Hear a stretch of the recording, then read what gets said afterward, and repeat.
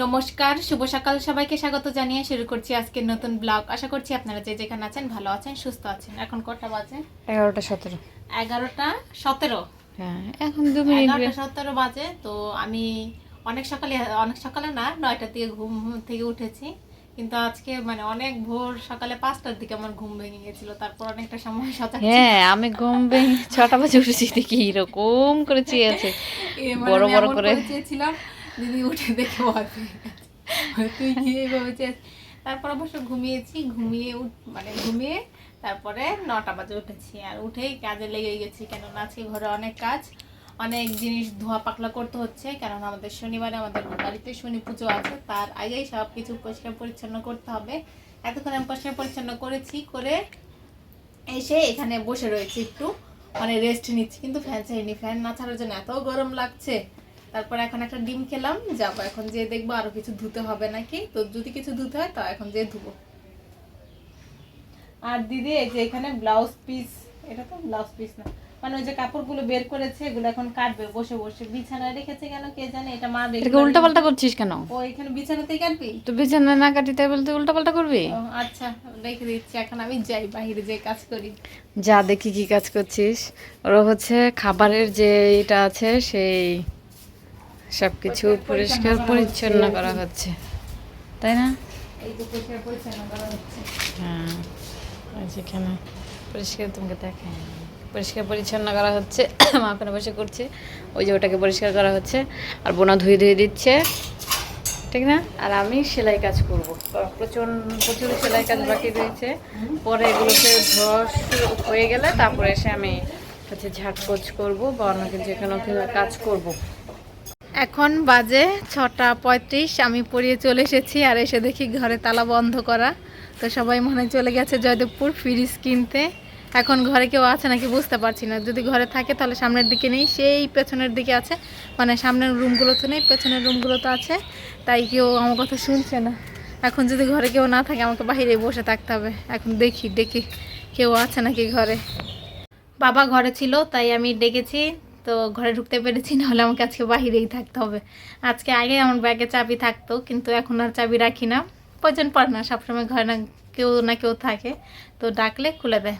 তো এখন যাব, যে আগে চেঞ্জ করব, চেঞ্জ করে সন্ধ্যাটা দেখিয়ে নিব। আর না জানি আজকে কি ফ্রিজ কিনে নিয়ে আসে, দেখা যাক। আমি তো আর যেতে পারিনি, কারণ আমাকে পড়াতে যেতে হয়েছে। যদি পড়াতে না যেতাম তাহলে হয়তো বা যেতাম আমিও। তখন দিদি, দাদা আর মা গেছে ফ্রিজ পছন্দ করতে, দেখা যাক কোনটা কিনে নিয়ে আসে।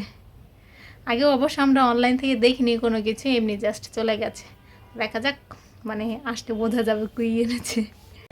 দিদিরা ফ্রিজ কিনে চলে এসেছে, এখনো নিয়ে আসেনি, মানে কিনে রেখে এসেছে। দোকানদার পরে নিয়ে আসবে, আর কোথায় রাখা হবে সেটা এখনো ঠিক করা হয়নি। হয়েছিল এই যে এই ঘরে রাখা হবে। তারপর বাবা বলল কি আমাদের এই ঘরেই ঢুকিয়ে দিতে। তো এই ঘরে মনে হয় কোথায় যে ঢুকাবে, এই দরজা বন্ধ করে দিয়ে আমরা এই যে এইখান দিয়ে বেরোবো। তারপরে এই যে এই দরজাটা বন্ধ থাকবে, এই দরজাটাও বন্ধ থাকবে এখন। তার জন্য এই যে সব কিছু সরাচ্ছে। ড্রেসিং টেবিলটা তো এখানে বেশ কিছুদিন ধরে রয়েছে, আর এই যে এইটা সরিয়ে এখানে এনেছে, এটা করবে এখান থেকে, মানে সরিয়ে তো ফেলেছে যাতে এই দরজা দিয়ে ঢুকতে সুবিধা হয়। আর বুক শেলফটাও এখান থেকে সরাতে হবে, যাতে এখান দিয়ে ঢুকে। এখন কোথায় রাখে আমি জানি না ঠিক। এই ঘরে রাখলে মনে হয় যে এই দরজাটা সামনে রাখতে হবে, আর কোথায় রাখবে সেটা বুঝতে পারছি না। তো এখন আমি বসে রয়েছি। দিদি এসেই কাটিং করা শুরু করে দিয়েছে, আজকে সকাল থেকে কাটিং করছে। এই যে কাটিং করছি কি, সকালবেলা বসেছিলাম কিন্তু কাটিং আর করে উঠতে পারিনি। তো এখন বসেছি, কারণ এখন যদি আমি সেলাই করতে না বসি তাহলে দেখা যাবে যে আমার সেলাই কমপ্লিটই হবে না। সেজন্য এখন একটুখানি বসেছি। ব্লাউজ না, সরি, ব্লাউজের পিস সকালে একটা বিছিয়েছিলাম, সেটা আর করা হয়নি, তো এখন করছি। দেখা যাক, ভাবছি যে সেলাই করতে বসবো ফ্রিজটা চলে এলে তারপরে, কারণ ফ্রিজ না এলে তো আমি সেলাই করতে পারছি না, তাই না?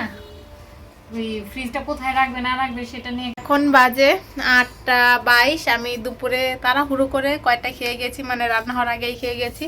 তো এখন আমার প্রচুর খিদে পাচ্ছে। এখন যে আমি কিছু একটা, মানে কিছু না, ভাতই খাবো। আজকে দুপুরে কি কি রান্না করা হয়েছে সেটা একটু দেখে নিই, তারপরে খাবো।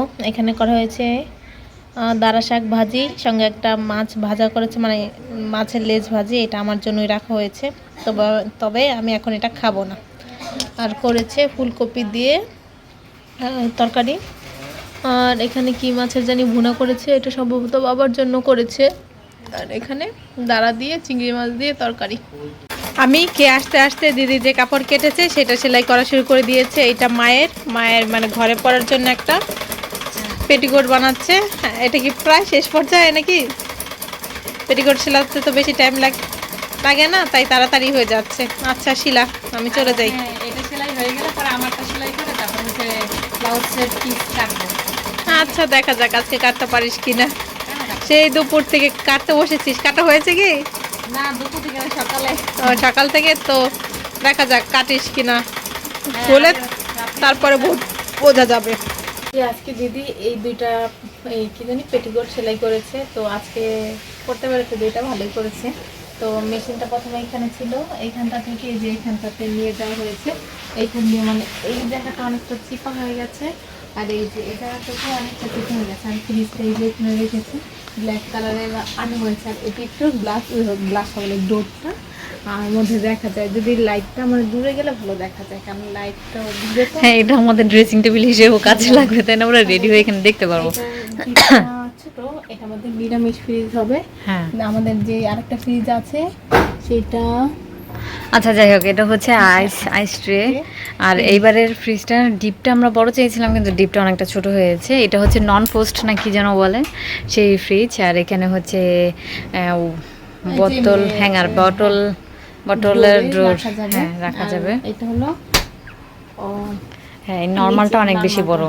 আর এখানে অনেকগুলো তাক আছে। হ্যাঁ, এই তাকটাই দেখেন আমাদের ডিমের জন্য কি দিয়েছে, 1 2 3 4 5 অনেকগুলো ডিম রাখা যাবে। এই যে নিচেও রাখা যাবে, এখানেও রাখা যাবে, উপরেও রাখা যাবে। এই যে এটা প্লাস্টিক, এটা খুলে ফেললেই হবে। কিন্তু একটাই রাখা যাবে না, দুইটাই রাখতে হবে। তো এখানে তো আমরা মাছ টাছ কিছু রাখবো না, সবজি রাখবো। আর ডিপটা নর্মাল কি জানি, নর্মালটা তো বেশি ইউজ করা হবে না, কেননা এখানে সবজি রাখা হবে, রান্না করে কিছু রাখা হবে না। আমরা খুলে দেখিনি এখনো পর্যন্ত, ইনটেকই আছে যেগুলো খুলতে হবে। এখানে ড্রয়ার সিস্টেম আছে, এখানেও একটা ড্রয়ার সিস্টেম আছে, খোলা হয়নি, সিল করা হয়েছে।